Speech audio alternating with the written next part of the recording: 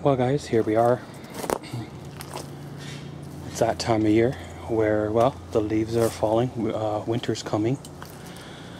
You know, due to the events this summer, I've lost the summer to process my 2013 bicycle hoard. So the conclusion has, you know, been drawn. It's either load these up in the back of the trailer and take them on out to the dump and be done with them, or you know, do it the hard way and strip them all out, decide which ones are good, which ones are bad, if there's any good parts, and which ones, you know, are salvageable and stuff like that. The only one out of the pile that I'm probably not going to really do much with is the 10-speed bike here. I might take the chain off it and maybe some of the little hardware fasteners. Other than that, there's not much interchangeable. There's a couple of kids' bikes here that do show a little bit of potential.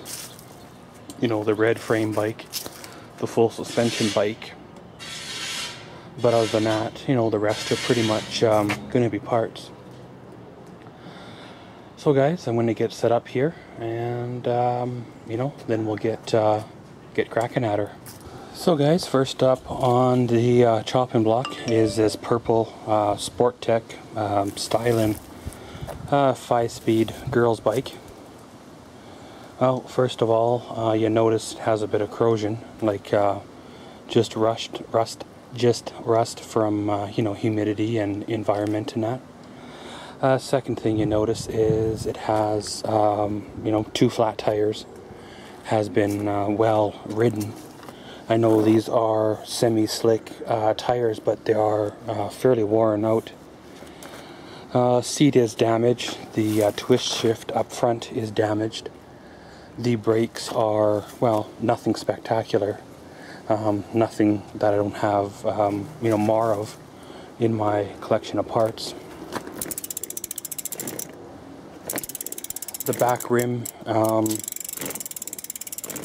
rim is slightly bent. Could be trued if it was needed. The only thing on this bike that I could probably use would be the crank assembly and, you know, the bearings as well. So what I'm going to probably do is see if I can wrestle them pedals off and kind of take it from there. Okay guys, so here we go. The PB Blaster has been sitting for a bit. One thing I notice here is the stub here on the pedal does not match left to right. So that tells me that the pedals have been changed out at one time. They are very, very close to being the same, but they're different. But probably did a child a few years before they outgrew this bike. So I'll start by putting a wrench on the pedal there, trying to get her undone. Then we'll work our way to this nut here, take the washer off, take the little keeper out of there, take this little plate out of there, and then basically undo it all, pull the bearings out, and then she's good to go.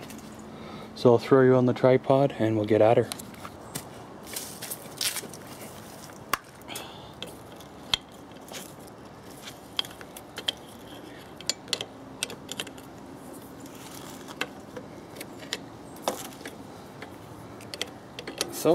So we'll put our wrench on her. Now of course I'm just using your standard 15mm flat wrench. They do make a fancy pedal wrench for actually doing this job. The 15mm for me works fine. It has worked fine for years. The only thing I can say is it's a little short, and as you see there, it's starting to mushroom over because, well, the wrench is not meant for this kind of force. Sometimes they're a little tight and you got to give it a tap with a hammer, which of course causes damage to the wrench. That's why you don't use your good wrench. You use a you know, a spare or a cheap wrench. So unturn that pedal, get that pedal out of there, because it's pretty much garbage, if you will. If you really wanted to, because the threaded shaft here is still good. you could take the pedal apart, keep the needle bearings or bearings, whatever you find in there, and the pedal, the shaft itself for another pedal. But you know, time you go through all that hassle of doing it, you could just as easily have you know, replaced it with a new one or one you got that are good for parts. So of course, you should use the proper wrench on this. You should use, you know, proper tool for a job. Makes it easier. Allows you not to, you know, bust your knuckle or strip the nut off or anything like that. But of course, we're going to use the multi-tool here. And well, I don't even have to use a multi-tool on it because, well, it's loose. That doesn't really surprise me that it'd be loose because, well, let's face it, they're mass-produced, mass-assembled, and at the factory, shipped over here, and then in retail assembly, this isn't checked. So this could have been loose its whole life. And if that's the case, then it's strongly recommended that before you use these bearings to either replace them or thoroughly inspect them to make sure they're not pitted. Because this here is basically, this little plate right here is what keeps the dirt, water, debris out of the bearings. So most of the time it's not super tight. You can just spin it and get it off, get it out and undo her. Pretty much once you start undoing this little plate here, the crank becomes very loose. And if the bearings aren't completely shot, they won't fall out at this time.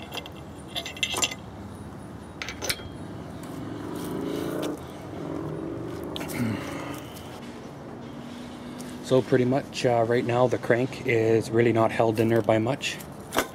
So you should be able just to wiggle it a little, and out she comes.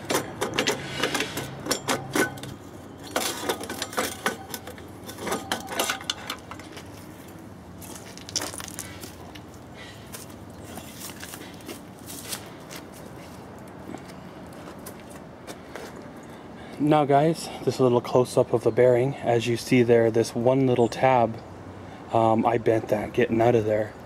But as soon as I released pressure on the crank itself, that one bearing did fall out. So these here weren't really much of any value. And it's pretty much the same story on this side here. When I released the pressure on it, we lost bearings out of this side. Now if you had to, you probably could find out where that bearing rolled off to, clean her up and stick it back in there and bend it down, re-grease it, and then away she goes. But she is, you know, easy to replace it and kind of better that way. Once you got everything removed, this is pretty much what you're left with. Basically the crank assembly itself. Now you probably should put this end in the vise and get this pedal off, being you don't have a mate for it anymore. Clean this up with a little bit of SOS, get it all nice and pretty and shiny, and then she's ready to go back in another bike when the time comes. So of course, due to the age and condition of the purple bike here, that's pretty much all the parts I'm going to take off it. Like I showed you guys there, the twist shift is broke. The brake levers are cracked and you know, scraped up. The back rim has a wobble. The tube is flat. The front rim was okay, but it was just had a lot of corrosion on it, and the tires wore out, but the tube was fine, so I kept the tube out of it. But the rest of it, I have ample parts just like them, so there's no point in hoarding away more parts. Next bike up is this blue one.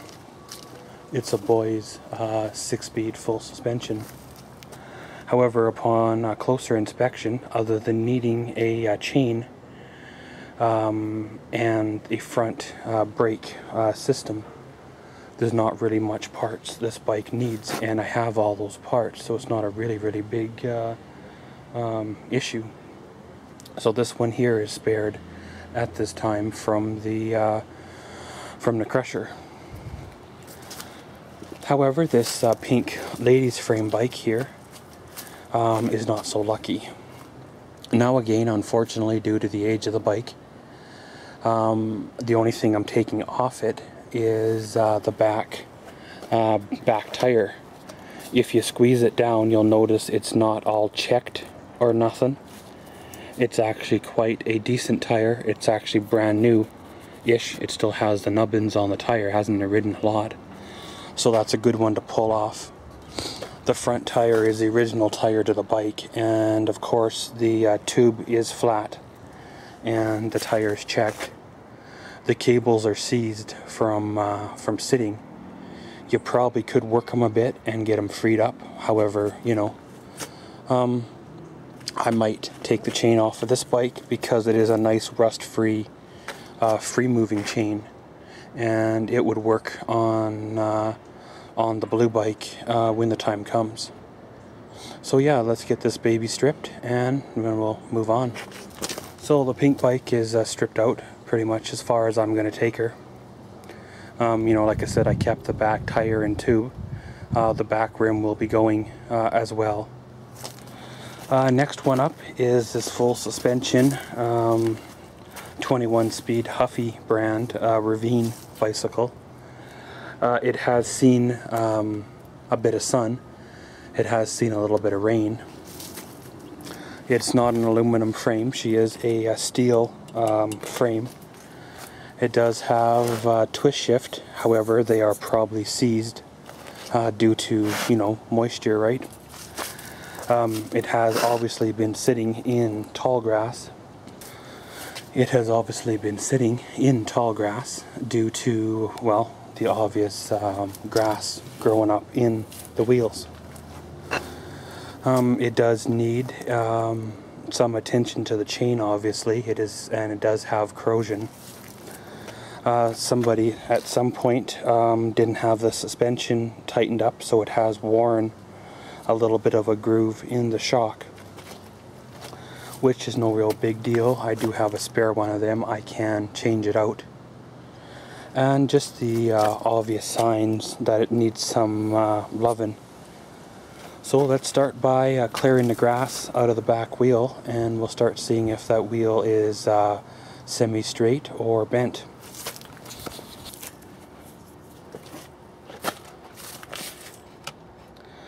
Okay, so now the grass is cleared out of the spokes, out of the rim, good enough that it'll spin. Pretty much we'll do a spin on this wheel and we'll see if it rubs or touches on the brakes.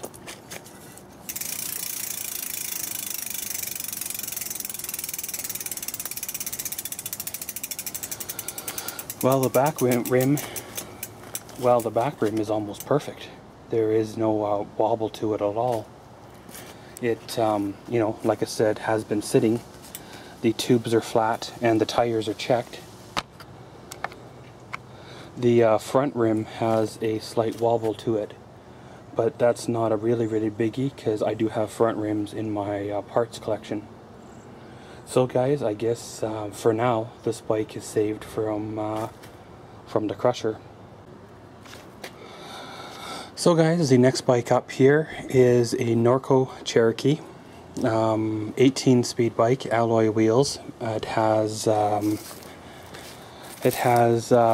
the grip shift type of twist shift. The right one here is busted, which ain't a really big deal. At one time this one was broke too because they're not a matched set, which I guess is normal wear and tear. This bike here, I'm guessing, is probably to the mid to late 90s because of the brake style and derailleur hanger style. And, you know, lower end bike, even in the early 90s, a lower end bike, even in the late 90s, would have had a suspension fork. Well, the obvious damage here is the tube. Obviously it was ridden with a flat, and the tube has took a dive out of the tire and wrapped itself around the bike. And of course the padding off the springy seat is gone. The foam is there. If you cared, if you needed it bad enough, you probably could recover it. All in all, guys, this bike is you know, in debatable condition. You could fix it if you wanted to, or you could part it and be done with it. Like I said, it needs possibly a complete set of what I call 6-speed grip shift or 18-speed grip shift, which is 6 on the back and 3 on the front. The front rim is straight, but it does need 2 tires. However, the front tube does hold air. Obviously, the back tube will not hold air, and the back tire is trashed. So let's get this freed up, and we'll see how badly bent this back rim is. So guys, on this style of bike, they have the kind of brakes that you can unhook. There's a little tab up here on the cable, little lead thingy to get grip on. You put your thumb on the cantilever and the thumb on the little lead thingy, pull it towards you, and quite often it'll pop out. Pretty much like this. And as you see there, she is now loose. You can undo the brakes now without a lot of issue. So we get the tube out of the way here, guys, and it looks like the tire is probably going to be our next struggling point.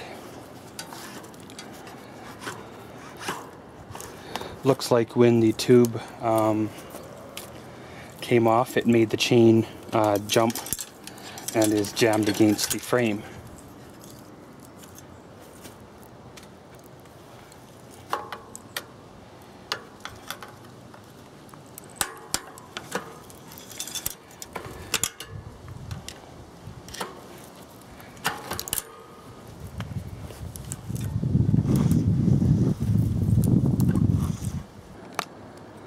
Okay, so now we got the tube out of there and the tire back on the rim.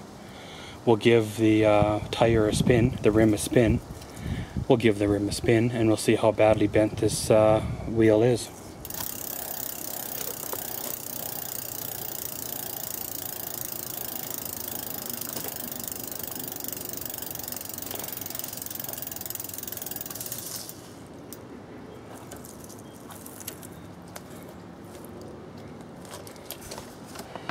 So guys, you see there, spinning it, it wasn't bent side to sidewise, but as you see here, there's a flat spot in the rim. Somebody has hit a curb, I'm going to say, quite sufficiently to hard enough to bend the rim, and of course probably snake bite the tire, and they kept on riding, and then you know, that was pretty much end of story there.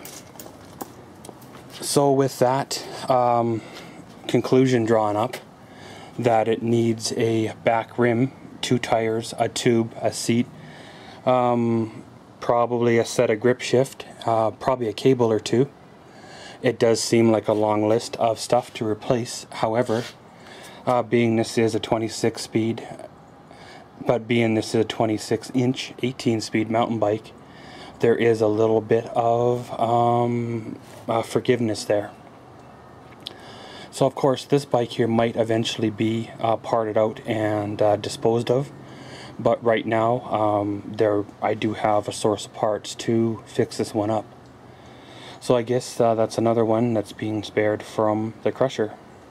Well guys, here we go. The next bike up is a probably late 90s to early 2000s CCM Ice, 21 speed bike, again alloy wheels, steel cranks coated with a plastic, like I said, late 90s, early 2000s. Even the brakes aren't the new style brakes, they're the old style with the new style, you know. But the derailleur is probably okay. It's just the cheaper style. I might end up pulling the derailleur. I'll probably end up pulling the chain. The back rim is bent on it. Not a lot, but you see there's about a 1/4 inch of play to it. I've ridden on worse myself. It does have a nice set of BMX style platform pedals. I might keep them because they're aluminum housing. There is a bit of play in the bearings, but you know, the back tire and the front tire are old tires, but they're not checked. The back tube is, well, flat. That could mean one of two things. The front tube still has air in it. But being I'm not fixing this bike, I am parting it out. It does have a good set. It does have a good set of 21 speed grip shift. That's 7 on the back and 3 on the front. Unfortunately, the red Norco is an 18 speed, or else this would be a parts bike for it. So basically, probably what I'm going to start on doing is cutting these little nubbins on the ends of the cables, releasing the tension on the cables, threading the cables back through the, you know, through the frame, through the guides, and then undoing the stem, pulling the handlebars off all in one great big assembly. And probably pulling the wheels off it, and then the rest is possibly the derailleur, and the rest is pretty much scrap. It does have a really nice gel seat cover on it, so we'll remove the seat cover off it and see how bad the seat is underneath. People put a gel seat cover on a seat for one of two reasons. One being comfort, and 2 because the seat underneath of it is shot. Sometimes you get lucky and they put this one on right at new, and it's just seen you know, years of sun, and it's kind of baked it. Before this last owner, this bike was took care of and semi-shedded, because the barcode is not even weathered or, you know, worn off of the stem. You know, the decals aren't faded or nothing, but it has seen some hard ridden, but it has seen some hard riding enough to break the factory plastic pedals. So guys, I'm gonna get out of here and you know, get going. Okay guys, so I've got all the cables all undone and everything all threaded through. Pretty much I've already cracked loose the bolt on the stem, so she's ready to come out. It was really tight, so it leads to my conclusion that it's rusty down in there. So what you do is you grab the handlebar with one hand, grab the tire with the other, and try to break the stem loose. Now the stem did come with this time. Now the stem did come loose fairly good this time, but the wedge might be rusty down in there, maybe. So we'll undo this a little more, and then we'll start wiggling.